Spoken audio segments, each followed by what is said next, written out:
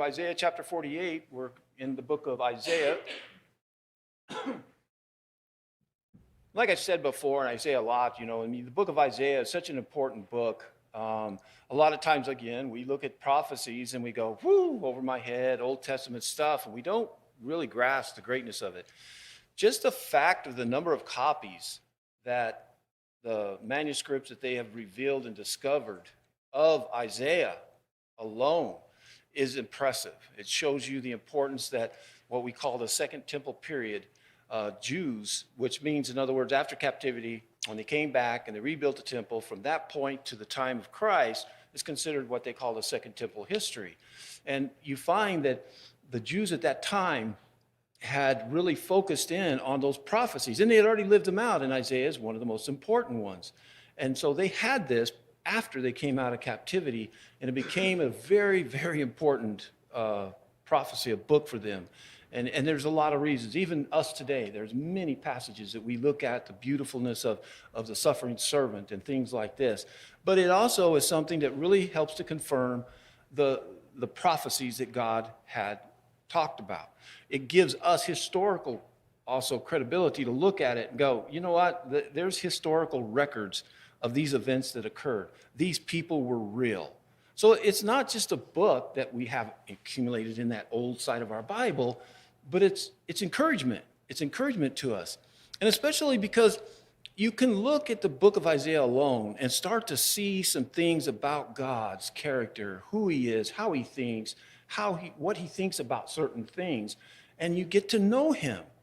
And so whenever we struggle and we just stay in the New Testament, a lot of times we just get so narrow-minded and we forget about who is God. And the Old Testament teaches us all those characteristic traits. And so it's easier to understand the New Testament and Jesus and the Messiah and everything when we have this understanding of who God is. And we get that from books such as Isaiah. This is a section, and it's the last chapter of, they kind of call it a second book within Isaiah, dealing with comforting and giving them more of a perspective of the future. So from 40 to 48, the first 40 chapters were very historical and very accurate because, again, this was written nearly 100 years before these events occur. And so it just must have blown their minds when years later they go back and they read Isaiah and dust it off the shelf and they go, whoa, this is exactly what happened. And this thing was written way before.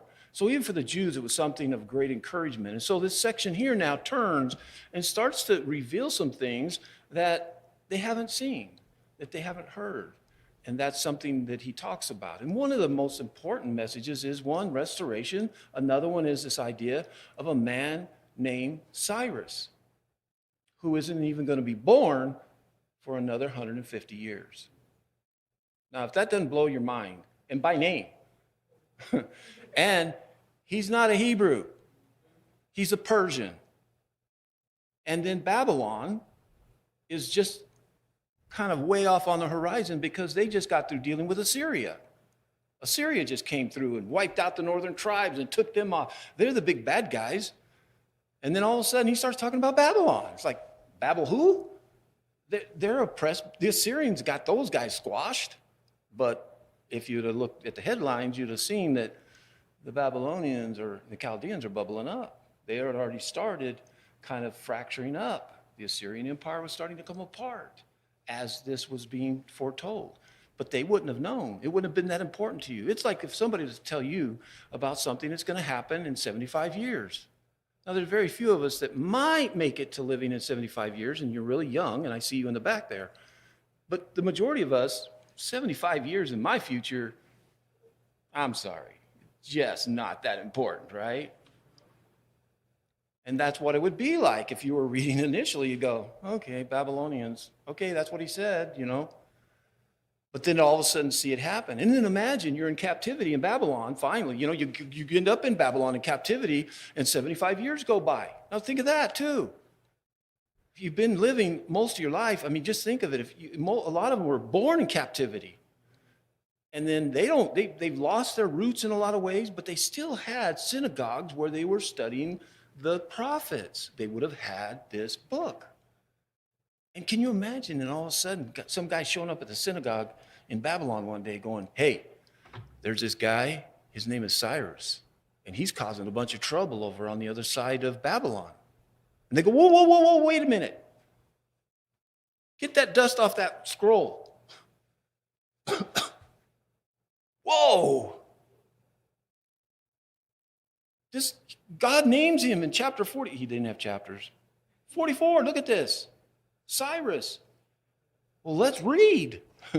And then to go through it and see how God says that I am going to raise him up. I am going to lead his way to victory. I am going to bust down all these doors, and it's going to be sudden. And if you go to Daniel, guess what? You find that in the split moment, in one night at a banquet, the Persians overran them and overthrew Babylon, which the city was invincible. And you know what's funnier is that he even said, I'm going to open the doors for his way in. Guess what was left open the night of the banquet? All the gates that should have been secured, that should have been able to stop the Persians from coming in, were open. So if you lived through it, you would even be going, but how did that help their faith? See, that's the thing we have. We read things and we have this logical side to our faith, but do we really believe what God has said, what he is saying, what he has done, and what he's doing, and what he's going to do? And that's kind of what we'll see in this chapter.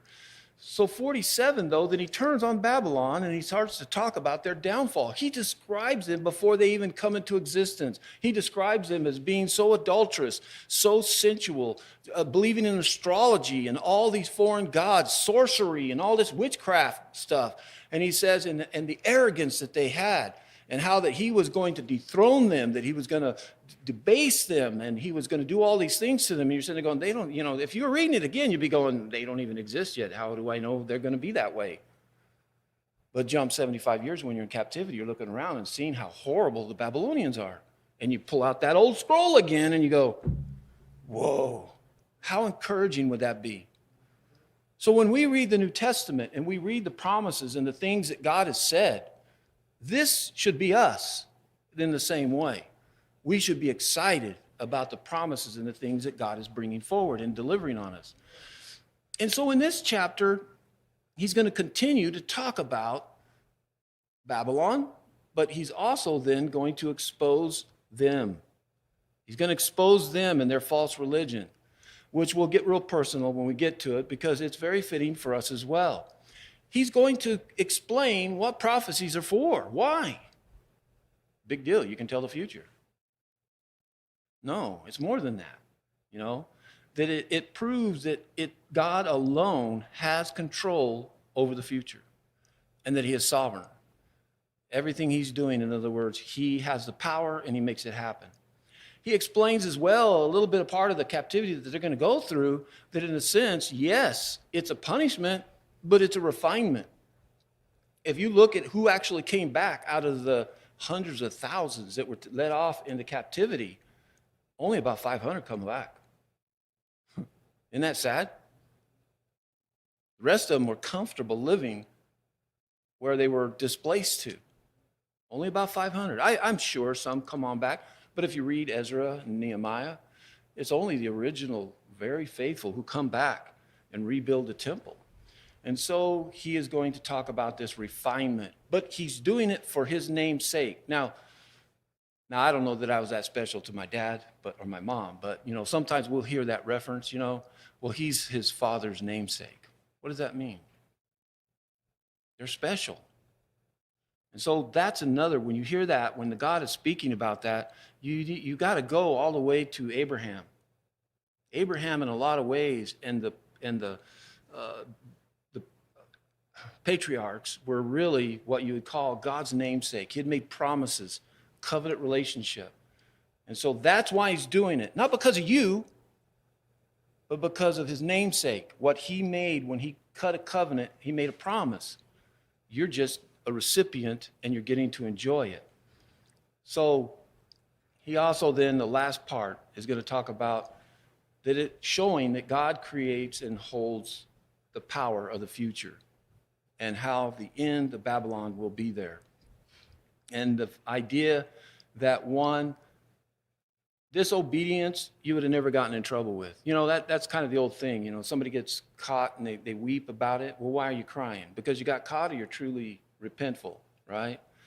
But a lot of times you don't understand why you're getting punished. When I was young, I could never understand. It was just abuse. My parents, what they did to me was just pure abuse, right? No. No. And that's kind of the way we have God bracketed, don't we? He's just getting on me again because I can't be good. No. What he's going to talk about is, one, it would have brought you peace if you wouldn't have. It also would have brought you blessings. And then he's going to show about this joy when they are going to leave. And he uses some beautiful pictures similar to like Moses leading out the children of captivity from Egypt. And the very end is a short punch, verse 22. There is no peace for the wicked. Don't forget that. Why did you say that? Why would that be like the most powerful statement? You think about that, to end it like that. So let's jump in. Verses 1 and 2. Hear this, O house of Jacob, who are called by the name of Israel, who came from the waters of Judah, who swore by the name of the Lord and confessed the God of Israel, but not in truth or right, for they call themselves after the holy city. They stay themselves on the God of Israel. The Lord of hosts is his name. This is something that happens a lot, religious identity without truth. They're claiming a pedigree. It's kind of like, well, we're of Abraham. You're throwing out all this sacred language. You're proclaiming, in other words, look, we have the temple.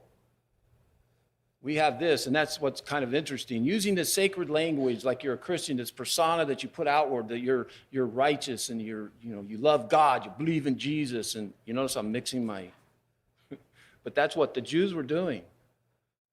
They were proclaiming, well, we're in a covenant special relationship with the most powerful, awesome God. Look what he did for Moses. Look what he did for Abraham. Look what he did. But that doesn't make you righteous. I kind of heard that over the years. Sometimes people would come and visit, and the first thing out of their mouth would say, well, my grandpa used to be a member of the Church of Christ. So? Does that give you something? I never say that out loud. But isn't that almost like saying, well, I have something, because my daddy was a, member of the Church of Christ, so that sounds so much like the way the Jews were. Well, my grandpa was Abraham, my great-grandpa's, and no. You can throw that around. You can call yourself a Christian. You can say, praise Jesus. You can do all these outward things, but it's not based on truth. And that was their problem. And so this association kind of claims Zion is God's place. Well, that's where we had. The temple, is where God dwells in the Holy of Holies. But Isaiah said in Isaiah 29:13, what did he say? He said, their lips are near, blah, blah, blah, blah, blah, blah. We love God, blah, blah, blah, we praise God. But where's their heart? It's all lip service, we say. And so they had the right name. You're right. You got the right God.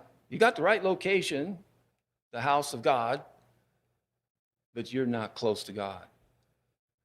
And that should scare us a little bit as Christians, You think you have the truth. You're going to church. You're worshiping, but wait, what are you doing? Where's your heart? Where is your heart? Are you doing that out of rote? Are you doing it out of family traditions? And so that's a very challenging thing. And Jeremiah describes it as well in Jeremiah chapter 7, verses 4 through 11, basically. You can't throw up the temple and say, look what we got, and protect us. We like God lives in there physically. Like somehow nobody's going to mess with that house because that's where God's at inside there. And that's what Jeremiah draws up this picture. We know that, now remember the timeline of Jeremiah, that's when the Babylonians are actually coming in and attacking. And some reason they thought, well, there's no way that God would allow his house to be, would you burn your own house down? Would you? To prove a point, would you burn your own house down and tear it down? And that's what they thought. God ain't going to do it. I mean, he had already saved them once. Remember when the Assyrians came and surrounded it? And they survived it. And so they're probably a little arrogant, thinking, oh, we got the house, we got the temple of God. As long as we just huddle around it, it's going to protect us. Nope. And that's what Jeremiah, when it was happening, is describing there. Ezekiel as well, they hear with their mouth, not with their heart. Matthew, Jesus talks about in Matthew 15, 7 through 9, about this idea of this outward religion. And that's what the Pharisees were doing. They were showing this outward pomp and this religious persona, but their hearts were dead, right? Even Titus, Paul wrote to Titus, talking about even some that were Christians, said they profess to know God, but they deny him by what they're doing. The same concept. So it's the same problem we have. And we'll see God has already knew this, and he knew their condition of their heart. Let's start back up with 3. The former things I declared of old. They went out from my mouth, and I announced them. Then suddenly I did them, and they came to pass. Because I know that you are obstinate, and your neck is an iron sinew, and your forehead's brass. I declared them to you from old. Before they came to pass, I announced them to you, lest you should say, my idol did them, my carved image, and my metal image commanded them. You have heard. Now see all this, and you will not declare it? From this time forth, I announce new things, hidden things that you have not known. They are created now, not long ago. Before today, you have never heard of them, lest you should say, behold, I knew them. You never heard them. You have never known them. From old, your ears have not been open. For I knew that you would surely deal treacherously, and that from before birth, you were called a rebel. So what's the purpose? When God is able to predict the future, what he says there, he starts right out. I've told you past, the present, the future. I said it, I spoke it, came out of my mouth, and it happened. And I made it happen quickly. And so in other words, it's kind of like they weren't listening. They heard it. He told them it was going to happen. And then all of a sudden it's like a shock. It happens. I think of the Exodus, right? When they came out of Egypt. They spent over 400 years in captivity, in Egypt, in a foreign land. God had told them, don't worry, I'm going to bring you out. I'm going to take you to a land of milk and honey. And then all of a sudden Moses shows up, and they're kind of upset with him because the Egyptians are getting hard on them. And they struggled with it, didn't they? They left Egypt with a slave mindset.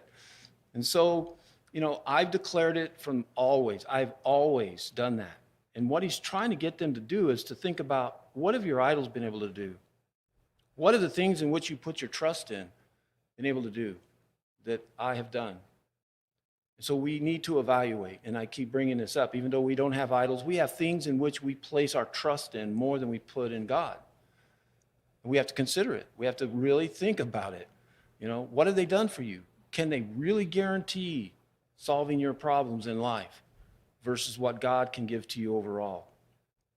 And so he said, but I understood, I love the way he says, that, you're hard-headed, stiff-necked, a neck that won't bow or humble itself. I think of a hard head, you can't get it through you. But God has always been consistent. And that's the beauty of having them written down, so that, when your neck doesn't bow, when you're stubborn of mind, later on, when you are finally humbled and your heart is in the right place, you go and read it and you go, oh, man. He described it to a T, didn't he? And the beauty is, God still loves you. And he still loves them for what? His namesake. So who's his namesake today? Christians. Those who wear the name of Christ. And so there's so many things that are still so applicable when we consider the way he's applying this to them, but it also fits with us. God doesn't predict for curiosity, entertainment, like a magician. Show me that trick again. How'd you make that card go away? How'd you get the quarter out behind the, tell me again something in the future. But what's it to do? To prove he's God, to prove his lordship. And he's already mentioned it in the previous chapters. In 41, he mocks the idols. Bring those idols in and let's see what they can answer. Let me ask them some questions, right? And the whole point again and again and again, because they struggled with idolatry, which is so crazy. After all the historical things that they have, from Moses to Joshua, all the way through, but yet they still allowed these false dreams and hopes and gods that weren't real. They were fake. In Isaiah 42, he said the former things came to pass, but he's now declaring something new. Those new things that he's talking about, honestly, they have to deal, especially like with Babylon, right? Because they don't know anything about Babylon. That's something new. Cyrus, that's something new. So he's telling them ahead of time. So that when you look back, you're not going to be able to go, well, my idol knew that. My idol told me. No, he didn't. He doesn't talk to you. Either that or you need to seek psychological help. Because you're just crazy. You're lying. And so he has declared it. That beginning from the end to the beginning, it's like backwards planning. In other words, God has laid everything out. He's let it out there. He knows, and he's told us from there. And one of the things that we see even in the law is, that they needed proof. And God understood it. So, so one of the things that he says in Deuteronomy is if you have a prophet among you, and what? I think most of us know. If he prophesies something and it doesn't come to be, stoning. Don't just fire him, Don't just say, 50-50, he's doing pretty good. No. That blows my mind today. I'm not saying go out and stone these people today that have made prophecies and stuff, but I cannot believe the number of times that the end of the world was coming, right? In America alone, within our own history, our short little 250 years, there's been at least 4 major prophets who said the end is coming and people have sold their household goods. And it's like, okay, Lord, and it didn't come. And he just revised it. You go, oh, wow, I got a message last night and he told me he decided he'd wait. What? Show me in the Bible that. Where God all of a sudden told Moses he's going to do something, said, hey, Moses, I changed my mind. Never. And today we're still falling for it. People are still falling for it. So truth is tested by fulfillment, it happening. And over and over and over and over again, God has constantly done that. And so their stubbornness and shameness is one of the problems, why they're not able to do this, constantly. And so why another reason he said is because then they couldn't give credit to their idols. They weren't going to be able to turn around and somehow give Baal or Ashtaroth or any of the other gods, Moloch, and say, oh yeah, Moloch talked about it. His priests told us about it. No, he didn't. They couldn't have. There's no way. God's revelation removes any excuses for unbelief. And especially for Christians and people today. Because when you think about even Isaiah prophesying about the Son of God, the suffering servant, what he was going to do, what he was going to accomplish, when you look at the number of prophecies that were fulfilled by this man, Jesus of Nazareth, what he accomplished, it was impossible to be able to fulfill. If you've ever seen a list, there is a list of the number of prophecies and how all were fulfilled from the Old Testament, such as Isaiah, Ezekiel, on and on, that he fulfilled. And most of them a man couldn't do. It's the same thing that he's showing them here. So we are without excuse, in other words, because God told us from old, right, that the Son of Man would come, a descendant of David, and he would bring in a new kingdom, Jeremiah 31:31, and it would be written on our hearts, and all the suffering of the servant, and all those things. And then this man, Jesus, showed up, and he was truly the Son of God. And that's why a lot of the rabbis struggled. Nicodemus, remember him? He was a Pharisee. He comes by night. And he goes, he was like able to come so far because he saw the prophecies, and he goes, man, you're nailing it. You're like, this really fits you. But he couldn't grasp it, could he? He finally did. So the same thing holds us as well accountable, that God has given us the proof. He's told us from the beginning, and he's fulfilled it. So that means everything that he says about judgment, everything he says about heaven, everything he says, it's going to happen. You can sit there like they did when they first read Isaiah and go, well, that's 100 years away. What's a day to the Lord? 1,000 years. Doesn't matter. It could be tonight. It could be in 50 years. But it's going to happen. That's the point. He's coming again. That's the point. And that's why, looking at Isaiah, studying the old prophecy, we can see the logic of God and say, it hasn't changed, right? Because we know it says what? God is never changing. He never changes. So jump to 49, verse 9. For my name's sake, I deferred my anger. For the sake of my praise, I restrained it for you, that I may not cut you off. Behold, I have refined you, but not as silver. I have tried you in the furnace of affliction. For my sake, for my own sake, I do it. For how long should my name be profaned? My glory I will not give to another. God is patient, He delayed his wrath in waiting. We look at the story of Sodom and Gomorrah, whenever Abraham said, he whittles it down from 50 all the way down. If there's 50 people that are righteous, will you? No, I won't. And he just goes all the way down to 3 people. How many people? The Lord is patient. And it's not because, he is all powerful, because it's about his namesake. It's about his promise. It's about his righteousness. And if he allows evil to dominate that, then he loses, and he's not going to lose. So he has to do it. And he appeals really kind of towards Moses' appeal to God's name, showing that as well. Restoration comes from his holy name and nowhere else. And the furnace affliction is for discipline. So what you're doing, and you feel bad because, man, you had a beautiful temple. The city of Jerusalem, that was a beautiful place. And then the Babylonians came in and just burned it to the ground. But sometimes that's what it takes, doesn't it? And sometimes God had to burn it down and pull you out and separate you before you start to realize it. And you can't stand behind it. But it was not abandonment. He never abandoned them. We know, just read again the book of Daniel. He did not.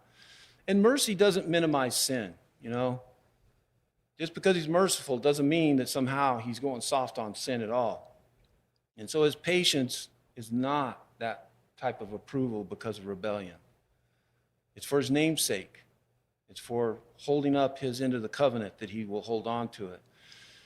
And refinement and discipline, it hurts. And sin, that's what he says, because it needs to show us how serious sin is. How serious is sin? It's kind of an overused word, right? What's a sin?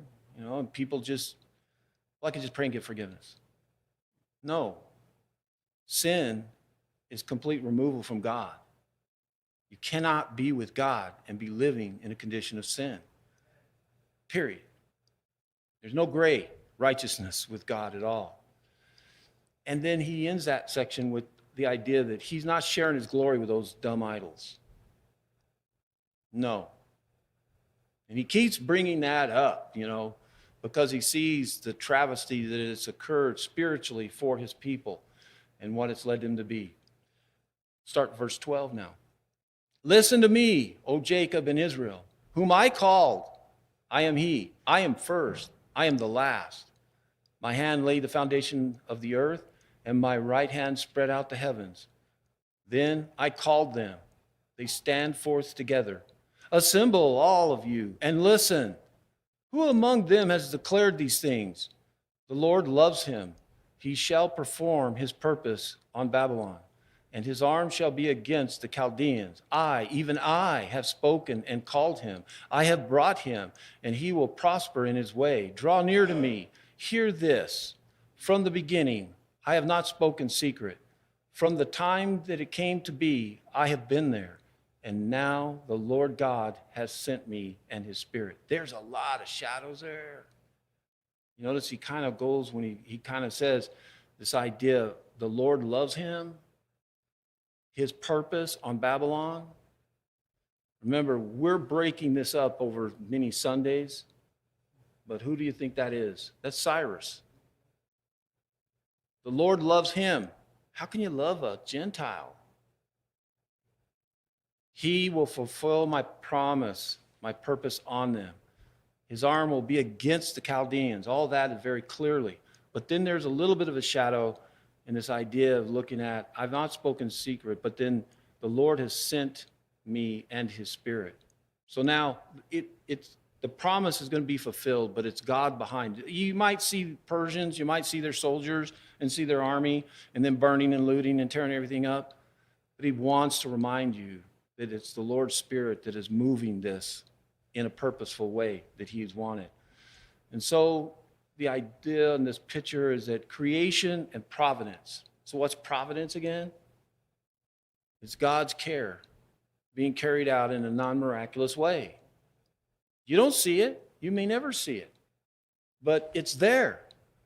It is always there. We forget about it. We always want a miracle. We want to be able to clearly understand that that's what God did for me or what God did against me. But that's not the way God works.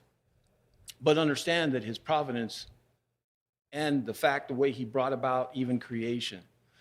So, going back again, kind of tying in this section of this middle book I told you about, the maker of the stars is unmatched. The fact that he is the creator of all, and he is the one that has appointed Cyrus to come in and take care of that. You notice this divine language? When you go back and we look at this, it's kind of interesting the way he describes this idea of the foundations. Look at that. I am the first, I am the last. Sound familiar? My hand laid the foundation of the earth. My right hand spread out the heavens. What did John say in his gospel? In the beginning was the Word, and the Word was with God, and nothing was created without the Word. Who is this? This is Jesus. It shows another aspect that, that there's more parts than just God Father. There's God Father, God Son, God Spirit. And in this, you see it all coming out. You see him saying, it's like Jesus saying, I am the first, I am the last. He said that in Revelations. John said he's the one that brought everything into existence. And here we have it right here in Isaiah. Do you think they understood it when they read that? No. No, they couldn't have. And it's not because they were dumb or anything, but this is the beauty of us being able to look at it now and having the full knowledge and being able to look at it. And so, the other last part is empires don't move independently of the Creator's purpose. I think we forget that even today when we watch the headline news, don't we? Bombs falling on this country, this nation invading that. And, you know what? They're not moving because, I don't know if God started the war, but I know he didn't stop it. And if we go back, if we were sitting in that day and age, we would see the same type of, if they had headline news, the same thing. Assyrians arise, and they're starting to ramble. They're building weapons, and they're starting to amass troops. Their diplomats have left the city, and now they're starting to... It would be the same. It's just, it's not old names, old nations. Today, it's modern. It's our map. But it's the same God, you see? So it bugs me when Christians get all willy-dilly, about it. It's like, back up, man, relax. God's got this. That's what he's been saying.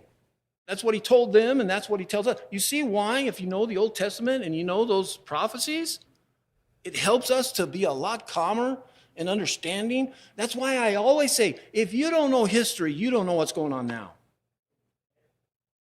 I mean, I hear people all the time, whoa, whoa, and all this stuff going on. I go, man,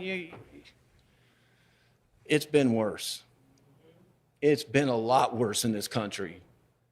We've had some elections back in the 1872 that you wouldn't have believed. You think the ones we've just had were bad and corrupt? You need to pull out the book. And that's not just one of them. There's a lot of them corrupt. And oh boy, it just tore us apart. We're not even awake. We are. We're still around, aren't we? And we're all ate up about who's in president, who's not the president, and who's in power, and all that. Come on. God's in charge. That's what he is saying here. And that is why this message is as important for us today, isn't it? So let's read 17 and 19. Thus says the Lord, the Redeemer, the Holy One of Israel, I am the Lord your God, who teaches you to profit, who leads you in the way you should go. Oh, that you had paid attention to my commandments. Then your peace would have been like a river, and your righteousness like the waves of the sea. Your offspring would have been like the sand, your descendants like its grains. Their name would have never been cut off or destroyed from before me. In other words, and again, remember, they're writing to people who are still sitting on their land. They're still at home. He's almost foretelling. You'd think you'd be pumping the brakes saying, how do we stop this? Let's do everything we can. And they do a little bit. We see a few of the kings of Judah that kind of pump the brakes a little bit, and God slows down the judgment. Even when Manasseh, the most evil king, you see God showing a little bit of restraint and slowing down before, and it's like, okay, that's it. Full gas. Babylonians are coming now. But you'd think that seeing this, and especially since this was already written right in front of you, dude, this is exactly, we don't want to go to Babylon. We don't want to go into captivity. That's why Jeremiah is considered the weeping prophet. Because he tried to pump the brakes on him. In one moment, the king would call him and say, tell me what God wants. And then he'd tell him what God wants, and then he'd go, okay, we're not doing that. Throw him back in the well. And, okay, wait a minute. Bring Jeremiah back in here. You know, just back and forth, vacillating. And Jeremiah just is really reflecting and really restating what Isaiah. These actually, Isaiah and Jeremiah, are kind of contemporary in timeline as well as possibly historic. We don't know when Jeremiah was born. We don't know when Isaiah died. But I mean, we're talking like these boys were real close in historical perspective when the time he wrote this, Isaiah, to when Jeremiah comes along. And that's why we're going to go to Jeremiah next. We go after we finish Isaiah. And so, you know, in Deuteronomy, we read about how God had longed for a people who would obey. What's so bad about that? Don't you want children that will obey? What's so horrible about that? Well, I'm going to tell you, you know what? There's a lot of families that have raised a couple of generations in this country that don't believe their children have to obey. And look what that's got us. God is longing for obeying because, one, you know, life is dependent on the goodness coming from God. And that's what he put before them, didn't he? On Mount Sinai. He said, here are the words of life. You follow this, you're not going to have pestilence. You're not going to have any enemies. You're going to have good health. Your children are going to be raised well, and you're going to be blessed. We never saw that, did we? Because it seemed like they listened to the other part of this message in Deuteronomy where he said, and if you don't, you're going to be invaded. You're going to have drought. You're going to have pestilence. Your children are going to go off and die in war. That's the lifestyle they ended up living all the time, right? But that's not what he wanted for them. But it was mandated because of their own behaviors, right? God's law revives. You know, it enlightens and it rewards. That's what the Psalms, right? The law of the Lord is perfect. And it's something, not something restrictive or overbearing and just unrealistic. No, it's something very beautiful. The righteousness is yielded yields peace and quiet confidence. That's what he had brought up in chapter 37. So why did their peace fail? Because, we forget. We listen, and then we turn around and we do what we want.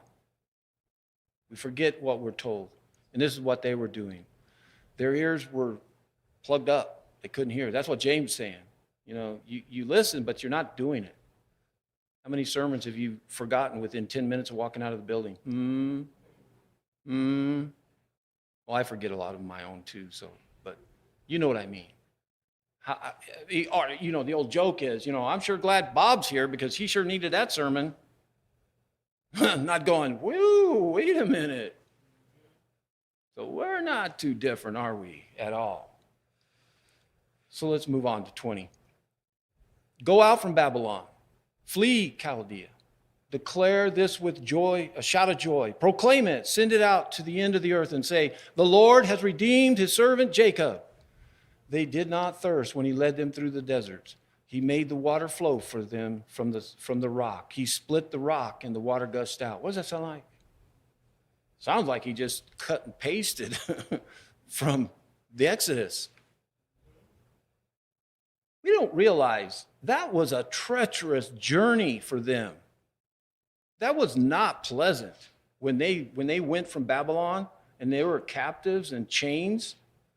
If you ever look at a map of the Middle East, the only way to get all the way down through basically modern-day Iran is to go up all the way through up into Syria, come down to Euphrates, follow the water source. We're talking close to 800-900 miles. And you're not in a Jeep, a Cadillac, or a bus, or a train.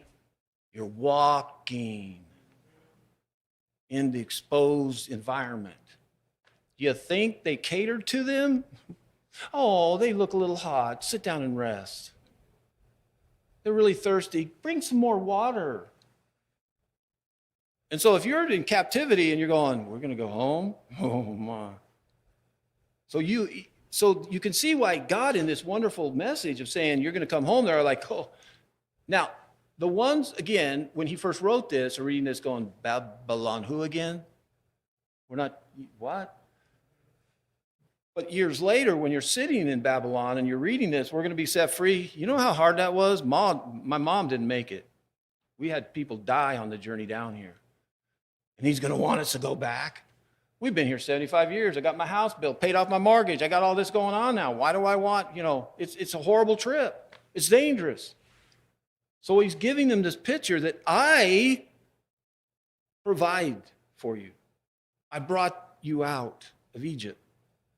I split the rock. I brought the water.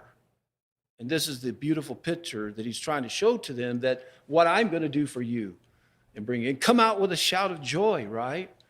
So the coming redemption has that echo of Exodus, doesn't it? Depart, be clean. The people can't stay in that Babylonian condition. They have to go home. And that's what's sad is a lot of them decided not to go. They stayed. We see as well that Babylon is going to become a continuing pattern for judgment. Paul talks in Corinthians about us coming out and being separate. Revelations really brings up Babylon a lot. Peter, when he ends this book, 1 Peter says he's writing from where? Babylon. He's not sitting over in the Iraq desert in Babylon. He's sitting in Rome. So what does he think about Rome? Babylon. Where does he get that from? Right here. So, it's something of great. So it's like we say Sodom and Gomorrah. Well, that place is like Sodom and Gomorrah. Even non-Christians get it, right? That's how well known that phrase would be. And that's what it had become, Babylon as well. But God's people have to live differently. They can't continue in that pattern. But those who have truly been delivered are the ones that are going to be joyful. Sadly, it was only over 500 that do come back. And then the punch verse, that's the most simplest verse, but the most powerful one as well. If you're living under evil, you feel like they're winning. You can't help but think, nobody's stopping them. You look at some criminals and you go, why aren't they being brought to justice? And that's why at the end of all of this, he says, there is no peace, says the Lord, for the wicked. They may think, but they're not. So we're just going to go ahead and I'm already. So some of the big ideas we see is how that God in this chapter has exposed, false religion. And that it proves that he alone is the one that controls history. And that through those afflictions is a way of him refining and bringing his people into a better relationship and a better state of salvation too. And so he's calling them to come out of Babylon, come out of that condition. And then the last is this idea that the wicked are not going to get away with it at all. So that's 48. We'll jump to 49 next week. I hope you're enjoying it. Isaiah is a beautiful book. It is a very powerful message for us today.